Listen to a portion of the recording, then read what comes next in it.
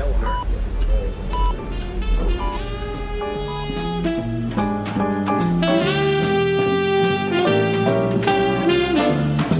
Welcome to the Prescription for Success podcast with your host, Dr. Randy Cook.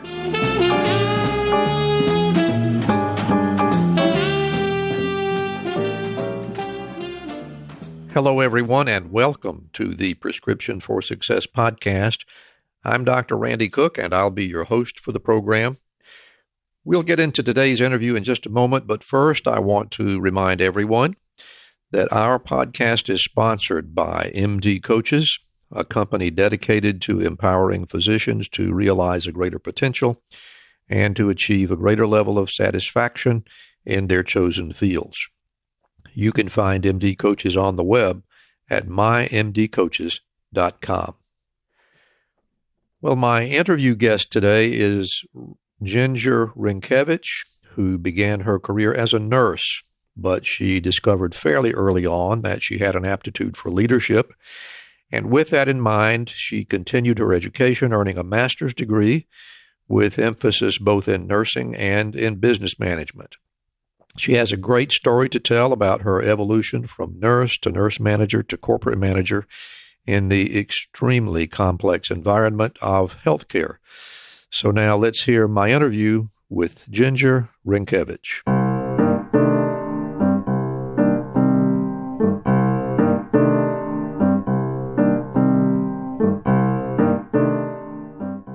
Well, I'm talking today with Ginger Renkiewicz, who has a really interesting career journey to tell us all about, beginning as a registered nurse and now as a very busy hospital executive. And we're going to talk about how you got there.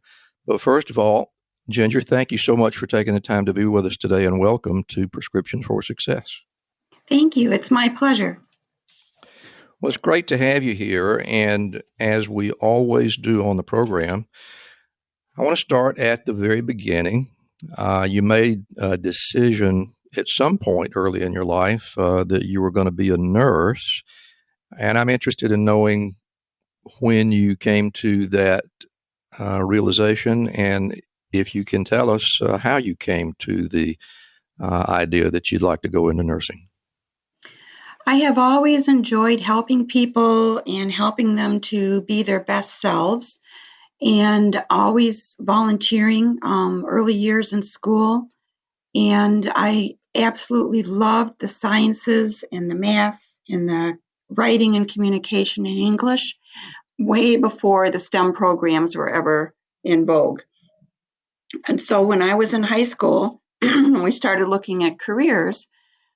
Back then in the late 60s, early 70s, usually after high school, if you were a female, you were a secretary, you were a teacher, or you were a nurse. You went into nursing. So with my interest in science and in helping people, I decided to go into nursing and applied to the University of Michigan and was accepted into their nursing program. So that's where I started and took off from there, and nursing has been the best decision ever for me. It's also been great because as a nurse, you are also a teacher, and sometimes you feel like a secretary with all the paperwork and everything you need to do. So I feel like I had the best of all three by going into nursing. And the program where you got your RN, I'm going to guess that was in the years or during the time that nurses didn't necessarily get a BS. They didn't necessarily get a college degree. And so I'm interested to know, did you get a BSN at that time? Or yes, I went right into the BSN program from high school. A neighbor down the street went into the diploma program, and another neighbor went into the associate's degree program. But I decided for my future, I wanted a bachelor's degree, so I did go right into the BSN program at the University of Michigan.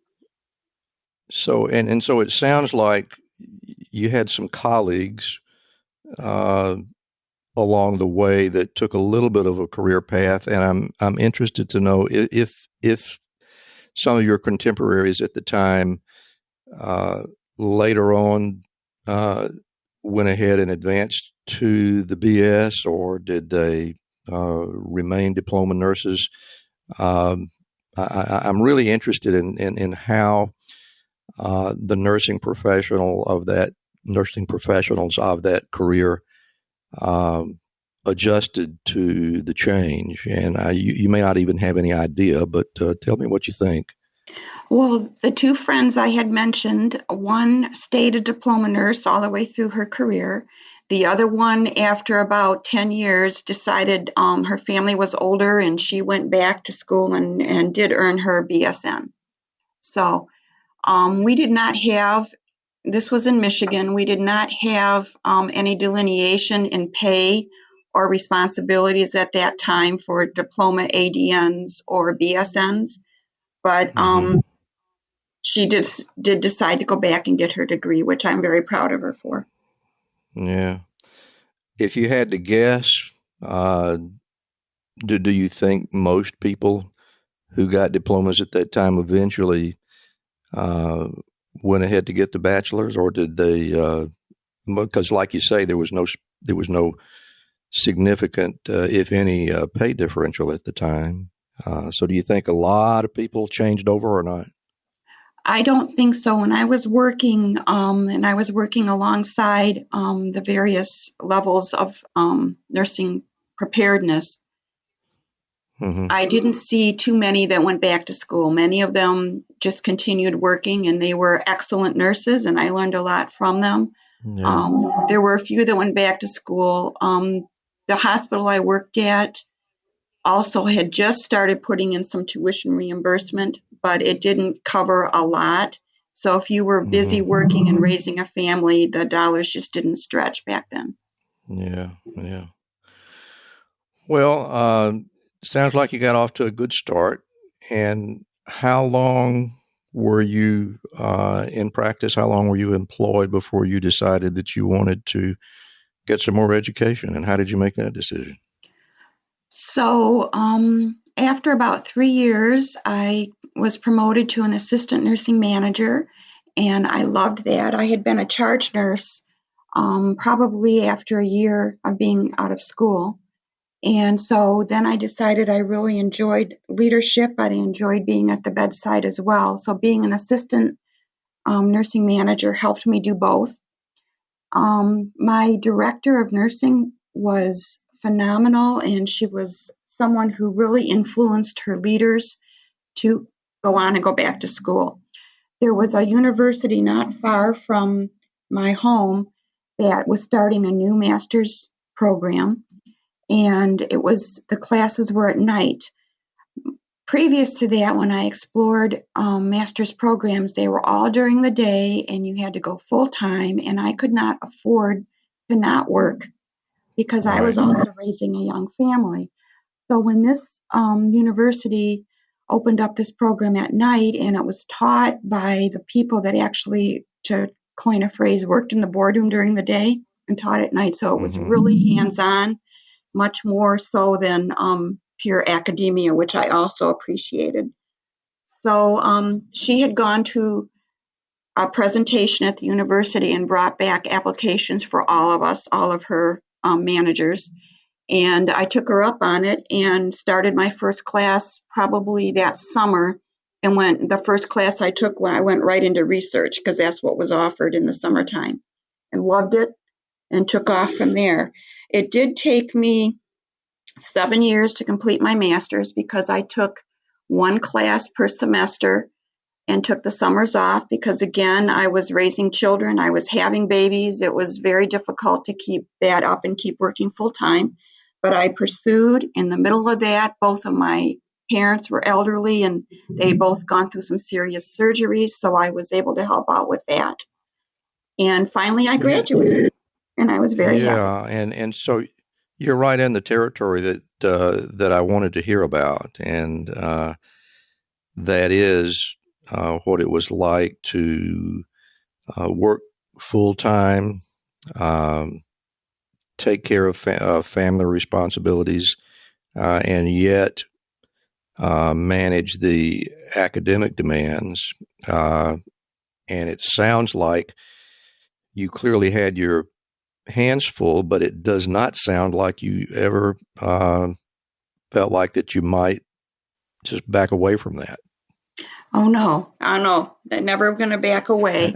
But it also was important because I had wonderful support from my husband. I didn't do this alone. I tease him that this degree is shared, my master's, because he was very helpful. There were many times that I would come home from work, pick up a kid from daycare, drop that kid in my husband's lap, and take off to school. And he was very, very supportive and helpful. And he was a biochemist at that time, too, so he also had some of his experiments did not end on time, and he would be working late, and we would manage just to get it all done. But it takes a village, it really does, and that's what helped me get through. A lot of his encouragement. It sounds like both of you were appropriately determined, and obviously you got a good result. I'm interested. So, you decided that you were going to take on this challenge. You were going to just dramatically increase the workload and the stress and the difficulties that you had to face. But I'm wondering if you had even formulated any specific or detailed plans about what you were going to do with that degree. Well, I think there was an advantage that it took me 7 years to complete it because I started out in the MSN program, Masters of Science in Nursing, and was going along that. In the same time, the hospital I was working at, I was in charge of a very large renovation and construction project. So I was working with a lot of the contractors, and I was working with the budget and finances. And as I was going through my master's program, I suddenly realized that if I got a master's in nursing for what I wanted to do, that would narrow me down to more of a clinical career path. And having been exposed to the construction project and the finances and the supply chain and everything that goes into that, I wanted something broader. So I went to the dean of the business school and petitioned to switch over my degree. I was all the way through. I had my thesis proposal was accepted, so I was almost done. I went to the dean and I said, this is not what I want to be when I grow up. I really want a degree in business. And she looked at my transcript and she said, well, you're missing a couple classes. You need to take a few more classes. I said, I'm willing to do that. And she said, and your thesis is more qualitative. She said, in the business school, it needs to be more quantitative. So I worked with her and I came and I did a qualitative and quantitative thesis. And she was very surprised because she said that really is something that usually is done at the PhD level. And she was so intrigued and she ended up asking if she could be my thesis advisor. So I started out in the MSN program, but I graduated with a business administration degree. And that has opened more doors for me and was the career path that I really wanted, because that way I had the clinical background. I had all of the master's degree training with the nursing theorists and everything. And then I also had the business.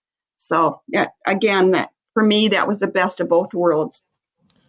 Yeah, and that it just really shows an amazing amount of insight, I think, for a young person. Although, let me ask you this. Since it did take a number of years for you to complete the program, much more than would have been required had you been in school full time. But do you think that stretching it out over that period gave you the opportunity to develop some insight so that you made a better decision along the way, or would you have done the same thing if you had? Would you have made that same discovery if you'd gotten the master's in 2 years? What What do you No, think? I think it was advantageous that I did have to stretch it out, and I stretched it out because financially, that's what I had to do. But it helped me to be exposed to a lot more of what keeps healthcare going and what is the foundation in healthcare. Yeah. And I also grew up more. I matured. I was 33 by the time I finished my master's, so I think that helped a lot too. Yeah, I bet a lot of people would make different decisions if they could wait until they're 33 to make those important decisions. And it's a great lesson. I appreciate you sharing that for us. We have some young listeners, and I think it's a great message there that you don't necessarily have to make all the decisions before you turn 25. So thank you I for think having life's sharing. experiences and having some career experiences under your belt before you go back to school, I think is very helpful. I'm aware I've been a mentor to many, many graduate students that have gone right from high school to bachelor's degree to master's degree, and they don't have the career experience and the life's experiences to go along with it. And I don't hold any of that against them because as their mentor, I've tried to help provide those experiences or kind of point them in that direction. But I also believe the more you have behind you, the better it is when you get your education. It's more meaningful.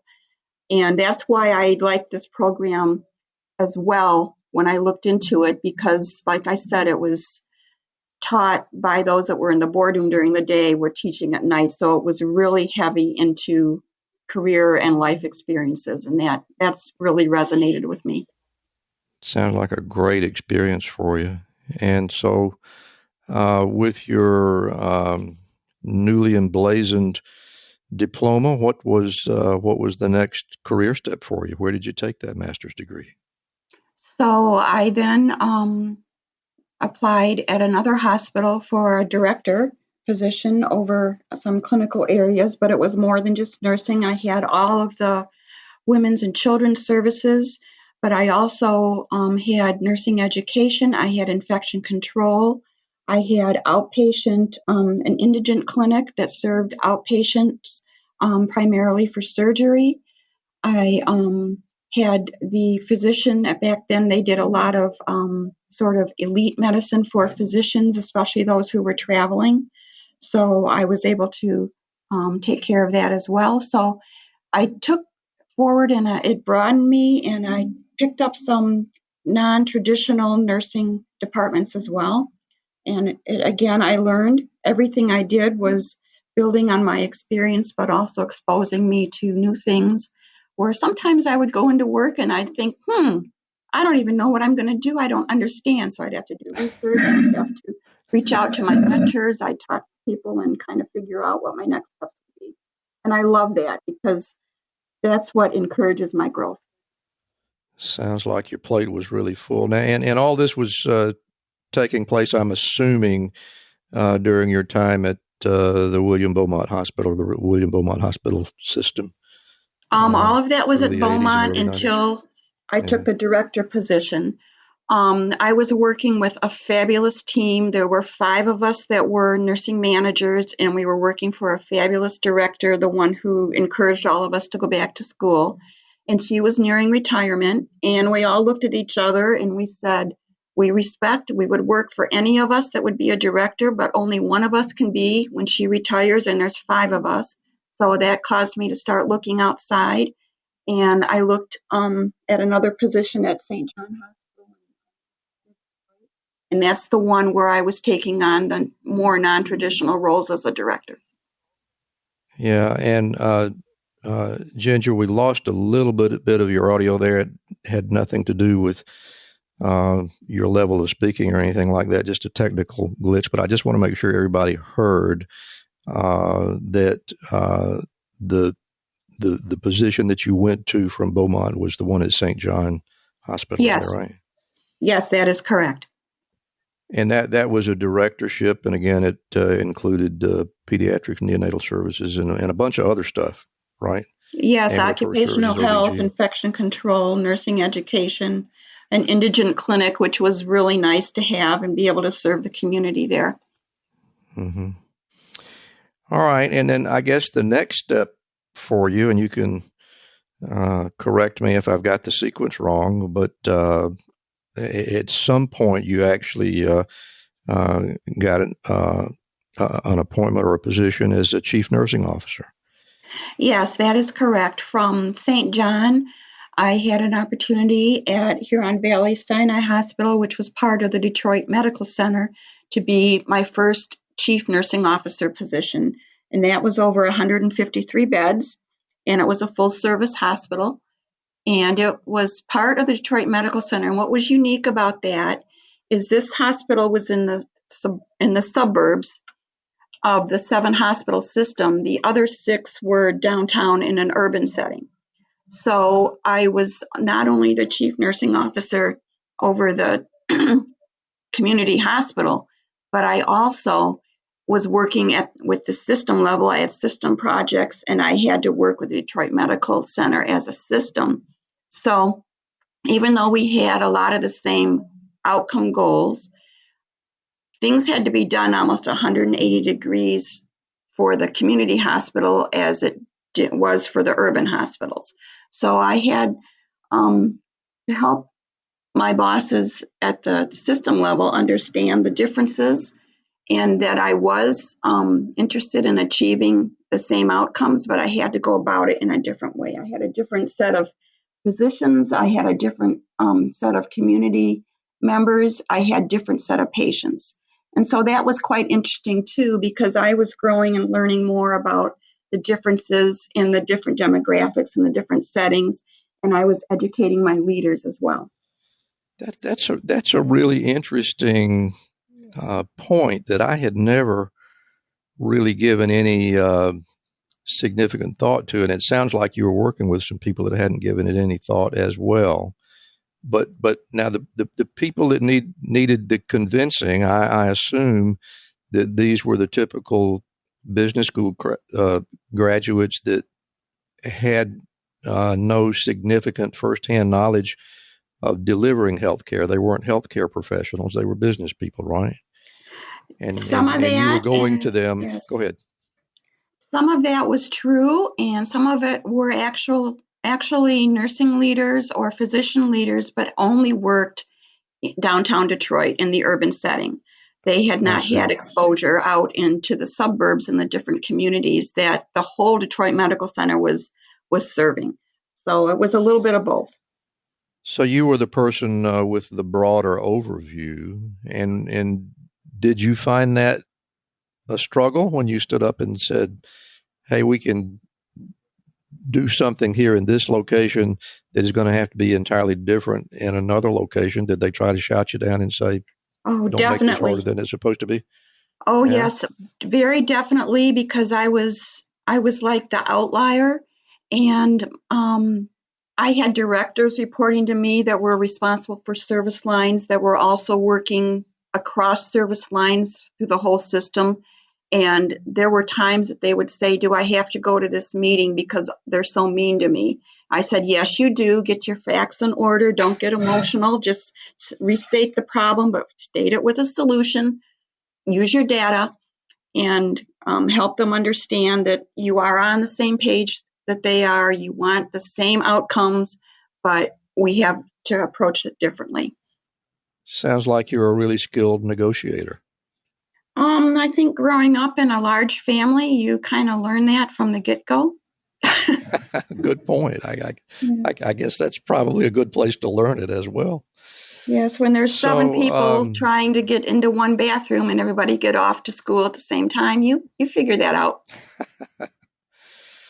Well, that had to have been a very educational and very, very formative period of time for you. And as I'm looking at your resume, it looks like that was that led up to a point where you actually made a big location change over into Ohio. Is that right? Yes, it was. So from there, I had an opportunity to become the chief nursing officer in Columbus, Ohio, and be part of a much larger system. Mount Carmel Health System in Columbus at that time was a 3-hospital system that was also part of Trinity Health, which was huge. And so it was another opportunity for me to learn how to work within a much larger system. And so, yes, I did relocate to Columbus, Ohio.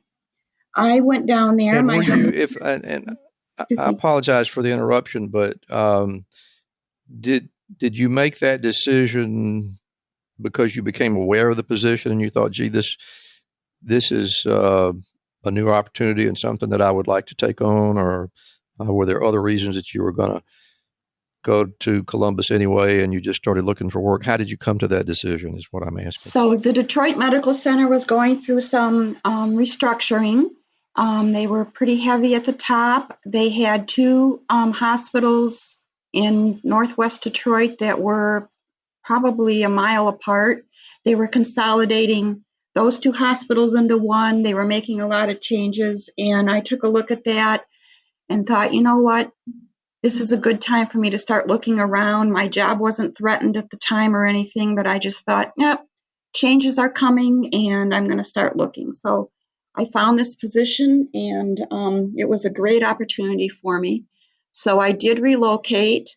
My husband was still working in Ann Arbor at Pfizer as a biochemist, so he did not relocate. My oldest son was going into undergraduate school at Michigan State University. My younger son was entering high school. So my husband would only have 1 child at home at the time. So we made the decision that I would relocate. Again, my younger son was in an excellent program. He had Down syndrome, and he was doing really, really well. We didn't want to yank him out of that. And he was going into high school, and so his whole life he'd been in our community, and it truly takes a village to raise a special needs child. So I relocated, and they would come down one weekend. I would go home one weekend. It was only a 3-hour drive. And then both summers that I was down there, my older son came down and worked in the hospitals as a secretary in the ER. And my son came down and went to summer camp down in Columbus. So they were with me all summer, and my husband would come back and forth. So it worked out really well. You make it sound easy. You know what? With a lot of planning and understanding and collaboration, it was. We worked well. My husband and I worked well together in all of this. So it sounds like the key is everybody has to have their eye on the ball. And you have to communicate, and you have to collaborate, and you have to keep communicating, and everything works well. So let's take just a short break for a minute or two. I want to take a moment to talk to you about a new sponsor that we have here on Prescription for Success. Physician Outlook is a new magazine platform built for physicians and by physicians, and it's designed to showcase unique physician talents. Sometimes it might be clinical talents, but mostly it's about the intersection between clinical and non-clinical talents, whether it be writing or painting or cooking, or maybe even making a political statement in front of a state and local governing body, or even at the nation's capital, and dozens of other things. It's available online and in print. It's visually stunning on all of its platforms. I promise it's really unique in terms of physician lifestyle magazines. I think you'll really enjoy it. We think it's just the thing to fill your prescription for success. And like the Prescription for Success podcast, Physician Outlook magazine amplifies the voice of any doctor who has something to say, and also uniquely engages patients who still believe in physician-led, team-based care. And Prescription for Success listeners can get $20 off an annual subscription fee by visiting rxforsuccesspodcast.com/Physician Outlook. And now let's get back to today's interview. Mount Carmel was the largest hospital system within Trinity Health. And at the time that I joined them, They were struggling financially, and because they were the largest, wherever Mount Carmel went, there went Trinity. So it was very important that we could turn everything around.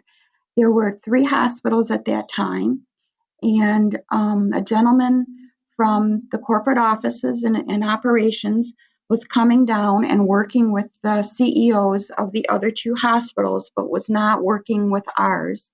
We were still doing fairly well. And so when he would come down, people would be all nervous because he was trying to help them turn around, and he was making a lot of changes. And I only saw him if we were having lunch, a group of us having lunch or something like that, because he didn't come to my organization. Trinity Health had a great program every year where they brought all of the leaders together for a big conference for about 3 days. And during one of those conferences, he came up to me and he said, "Ginger, I need to talk to you at the break after this next session." And I said, "Okay." And I didn't even hear what was going on at the next session. I was a nervous wreck because I thought, oh no, now he's coming to my hospital. What's wrong? I had called back to my leaders that were back at the hospital. What's going on? What's wrong? What do our numbers look like? I don't understand why he wants to talk to me. And they said, "Ginger, we don't either. Your numbers are fantastic. Everything's good. We don't get it." So the session ended, and we sat down together, and he said, "Ginger, we've been keeping an eye on what you've been doing down at Mount Carmel, and we want you to come back to corporate offices and do what you're doing for Mount Carmel for all of our other hospitals." And my first question to him was, "Did my current boss know that you're offering me this?" And he said, "Yes." And he said, "Go ahead and talk to her. She's doing so well. She's so happy down here. She'll never leave." Well, the corporate offices were in my hometown. And it was another opportunity for me to move back home and to grow and develop at more of a corporate level. So, of course, I said yes. So I stayed within Trinity Health, but I moved to the corporate level. And then I had 21 hospitals from coast to coast that I was working with operationally. Sometimes I worked with the CEO. Sometimes I worked with the radiologist. Sometimes I worked with the people in housekeeping. It didn't matter, wherever the challenges were. So at that point, I was on the road about 80% of the time because I strongly believe you cannot manage from your desk. So I would go out. I had to understand what all the other markets were like. I had to understand what the personality of the hospital was, what the personality of the leaders were, so I could better understand where their issues were and where I could help to influence them to improve their performance.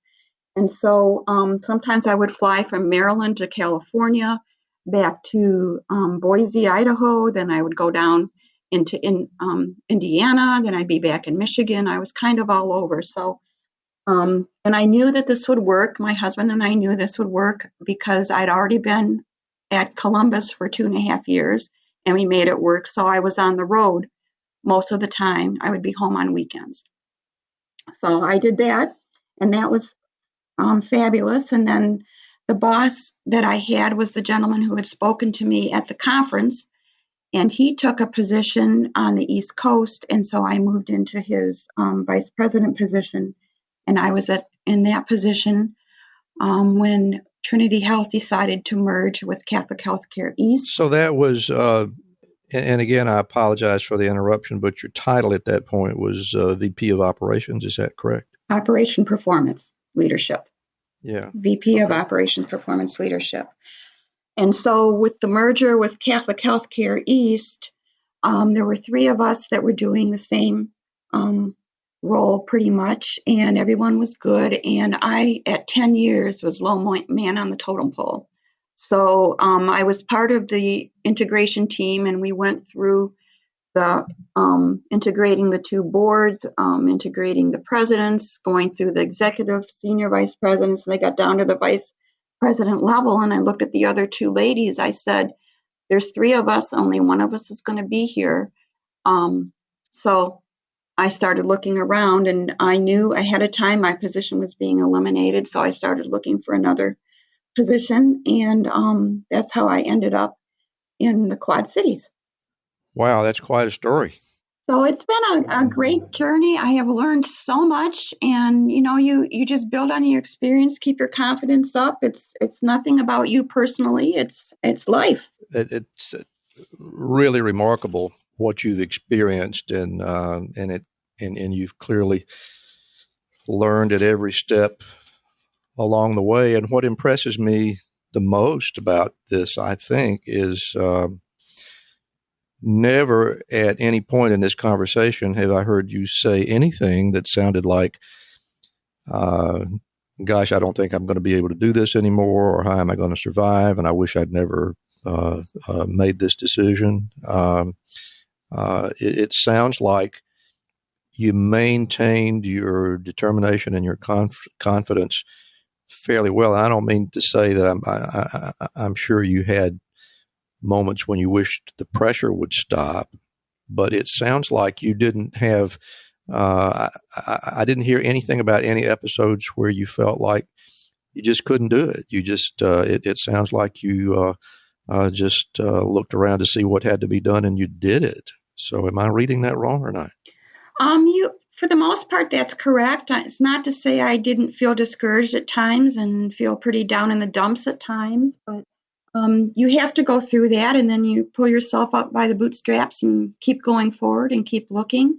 Again, I'll go back to the support of my husband and my family. I think sometimes when things like this happen and you look inwardly, you always wonder what's wrong with me first, and then you look outwardly, and they help to support me and keep me going as well. That's a great outlook.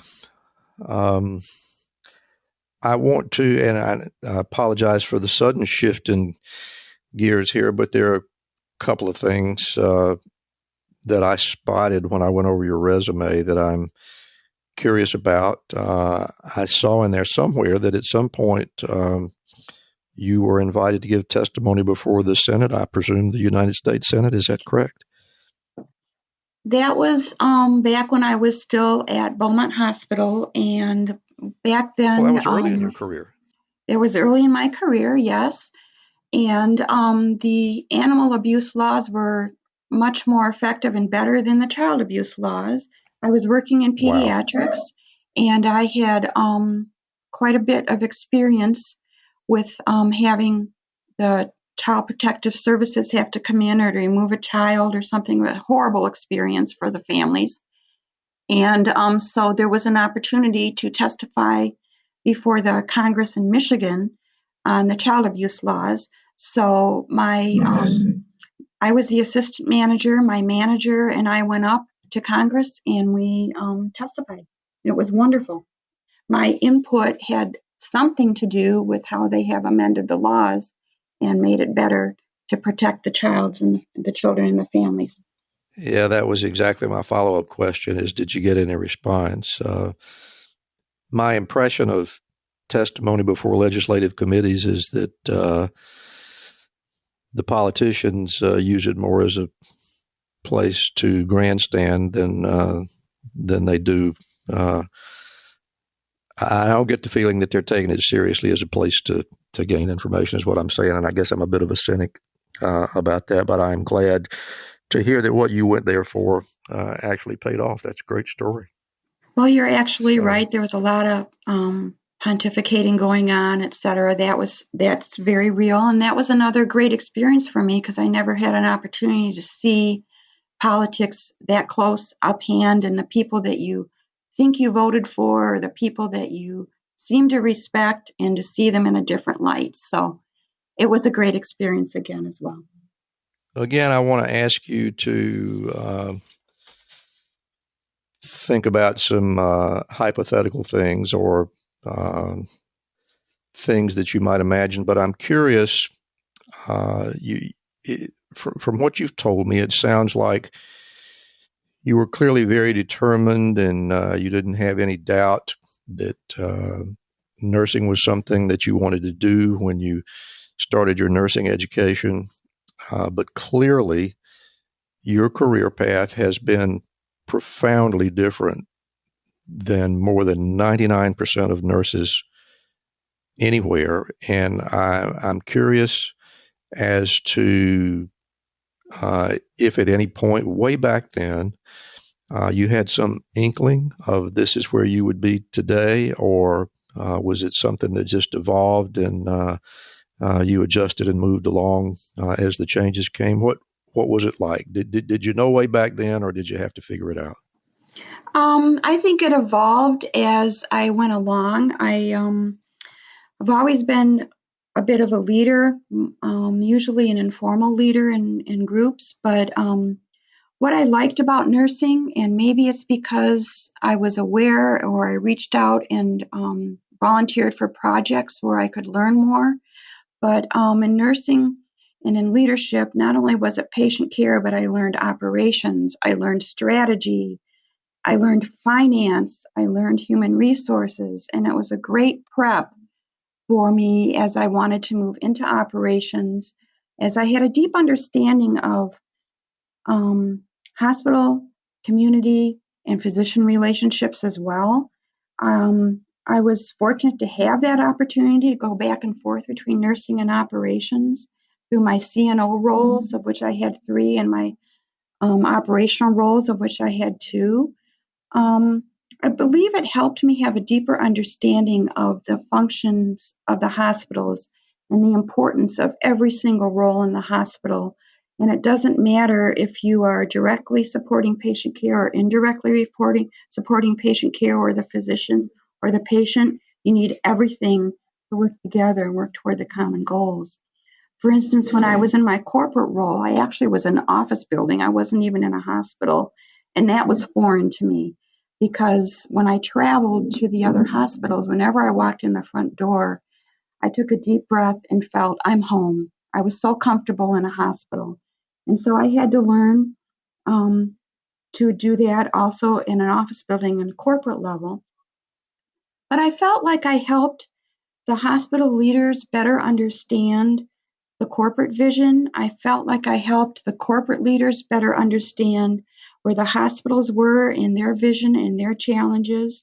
And I often served, I would say, as a liaison between the two, so that both entities learned to facilitate or achieve the common goals that they wanted from their different perspectives and their different starting points. Well, it sounds like you did that in a way that I find profoundly rare. What I have observed in the healthcare environment over my 44 years of practice is that you have groups of people who are frustrated, and they're saying, hey, we're supposed to be here to take care of sick people, and you bureaucrats keep getting in the way. And the administrative people are saying, I understand what the hospital is here for, but we've got to balance the books. We've got to keep the doors open. We've got to keep the air conditioning running, those kinds of things. You clearly had a willingness to understand both sides, which I think is really rare. Are you aware of that? Do you feel special because of that? Sometimes. Yeah, sometimes I do, but it's how you get things done, how you work collaboratively, how you all achieve the goals. There were times that I would tell my corporate colleagues, you guys have been thinking about this initiative for 6 months, you've researched it, now you have just opened it up to the CEOs at the hospitals, and you want them to do it right away. They don't have the luxury of thinking about it, researching it, figuring it out like you have. You've decided what the outcome is, but they are the ones that are going to have to figure out how to get it done within their own organization. And they are still working on the last initiative that you have sent through them. And once you send that initiative to them, you pretty much have moved on and you're on to your next initiative, while they are still starting to figure out what this means to me. How do I get it done? Now you're giving them another one, and they have the same resources. They don't have extra help. So let's slow down. Let's figure out where the priorities are and figure out how to get that done. The other thing that I think is very important, especially for nursing, is they have to have a voice at the table. And often I would be at meetings, and there's no nursing representative. And I would say, well, where's the nursing leaders? Oh, they couldn't come, or we didn't ask them. We're going to decide all of this, and then we'll just tell them. And I'll say, well, that's why you get frustrated with nursing leaders, because you decide this without them, and then they come in with the outcome, and they say, we can't do it that way because of X, Y, and Z, and you see them as uncooperative or whining, which they're not. They're trying to help you understand their perspective, and they do want the same outcome, but they have to go at a different path to get there. So I would often say you need to have a nurse representative at the table. They need to be there. They need to hear the discussion. They need to give input while you're formulating the plan, not come in after the plan is formulated. And that was important with finances. That's important with the operating budget, the capital budgets, the equipment, quality initiatives, everything. So that was something that I think I brought that was beneficial to the organizations. Well, Ginger, I have to say I am truly blown away with your capability to see the big picture and communicate the big picture, and clearly your ability to find a way to help everybody get along, which is a pretty tall order when you're trying to run a hospital. So congratulations on being very successful with that. And that's a good way for me to segue into what is actually my very favorite part of this program. And that's where we get to hear you tell us how to be successful. So I'm going to sit quietly for just a few minutes, and Ginger Renkiewicz is going to give us her personal prescriptions for success. Okay, well, let's see how this goes. Number one, when I am working through challenges and problems that seem insurmountable, as we have discussed before, those challenges that keep you awake at night, that you toss and turn and you just can't seem to get to a good solution, I always have to remember that things will look different in the morning. And so give it a rest. Sometimes you shouldn't make a rash decision. Then, without whining or complaining, I try to seek out perspectives of others, usually with my mentors or colleagues that I trust. When I'm really struggling with something, I try to listen to all sides of the issue, because there's more than just the positive side or the negative side. There's a lot you need to understand before you judge or make a decision. But I also know that I can't take too long to make a decision, because indecision in and of itself is a decision. So as a leader, I find it's better to make the best decision possible after I've weighed all the facts that I can, remembering I'm not in a popularity contest. And sometimes after I've made that decision, I may become aware of some new information that could cause me to alter my decision. And that's a sign of a good leader also. And that's okay to change your decision. But you need to be open and communicate and tell your team that based on the new information, you are adjusting your decision. Be honest and upfront as to the why. Admit your mistakes and share what you've learned from both of them. So that's the first thing I think that has really helped me to be successful. The next one is you must always take care of yourself physically and mentally so you can take care of your team and your family. As a female, as a mother, as a nurse, we have a tendency to put ourselves last. And it feels selfish sometimes at first to start thinking about yourself and taking care of yourself. But it's very important that you take time to refill your own bucket with gratitude and joy so that you can contribute to filling the buckets of others. Practice mindfulness, practice being present in the situation. Set the example for others by eliminating distractions, including your cell phone, when you're in a meeting or when you're speaking with others. This way, you are modeling how you take care of your team so that they can take care of their patients or the community and take care of the business. So that's the second one I think is very important. The third one If you are offered additional responsibility in your role or to lead a project or an initiative, take it. Accept it willingly, and most of the time, there's no additional pay associated with it. Obviously, somebody believes in you and thinks you can handle it. This is your chance to shine, to grow, to develop your skills organizationally and your leadership skills. And you'll still need to keep up with all the responsibilities you currently have in that role while adding more. So you may need to hone your delegation skills so that you delegate appropriately, but remember, you're still accountable for that same outcome. And you most likely will have to do some research into the issue or the project to understand what it is you need to do. Look for advice, work with your mentors or your trusted colleagues. But remember, each additional skill you master makes you more marketable and able to confidently throw your hat in the ring to be considered for the next promotional opportunity or responsibility. So I would say if you're offered, go for it, accept it, and then figure out how you're going to get it done after you've accepted it.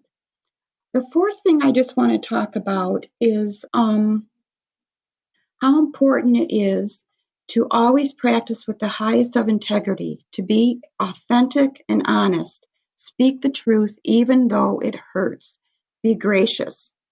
Always do the right thing, even when it's difficult and requires self-reflection. Keep a positive attitude and be consistent in your response to challenges. Be predictable so others trust and will follow your leadership. They will challenge you. They will try to ask you to play favorites, and that's very, very hard to do. Above all, be kind. You can still be honest, firm, and lead unquestionably, but do it with respect and kindness toward the other person. Look them in the eye, even when the news is not good. Show them gratitude. I'd like to end with my favorite quote from Maya Angelou, and I'm paraphrasing here, but people will forget what you said, people will forget what you did, but people will never forget how you made them feel.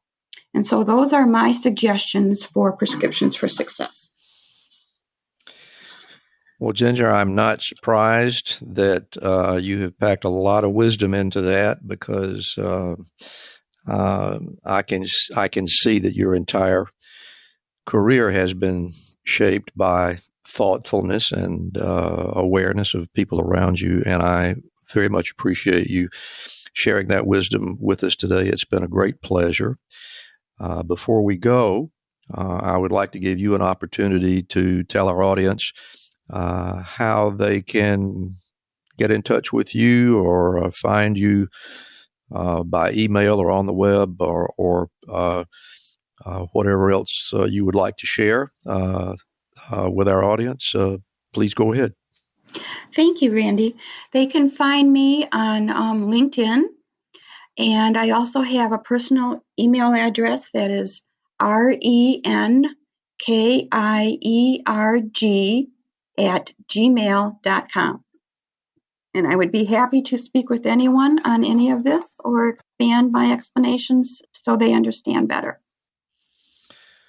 Well, I can say that I'm confident that if anybody does decide to get in contact with you, that they're going to be glad they did, because you have a lot of wisdom to offer. And again, I appreciate you sharing it with us today.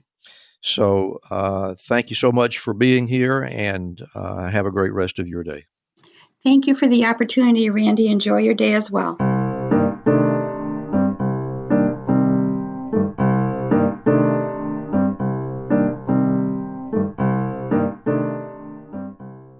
And with that, it's time to bring this episode of Prescription for Success to a close.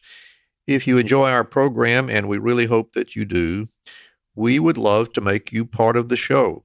All you have to do is just visit our website at rxforsuccesspodcast.com. And once you're there, just click on the Contact Us button at the top of the home page. Then scroll to the bottom, click on the red Record button, announce yourself, and then read us your own personal prescription for success, and we'll play your voice on the air. Don't forget, it's not just for doctors. Anyone involved in healthcare is welcome to participate. We really appreciate your support. Thanks again so much for listening. And don't forget to fill your prescription for success with my next episode.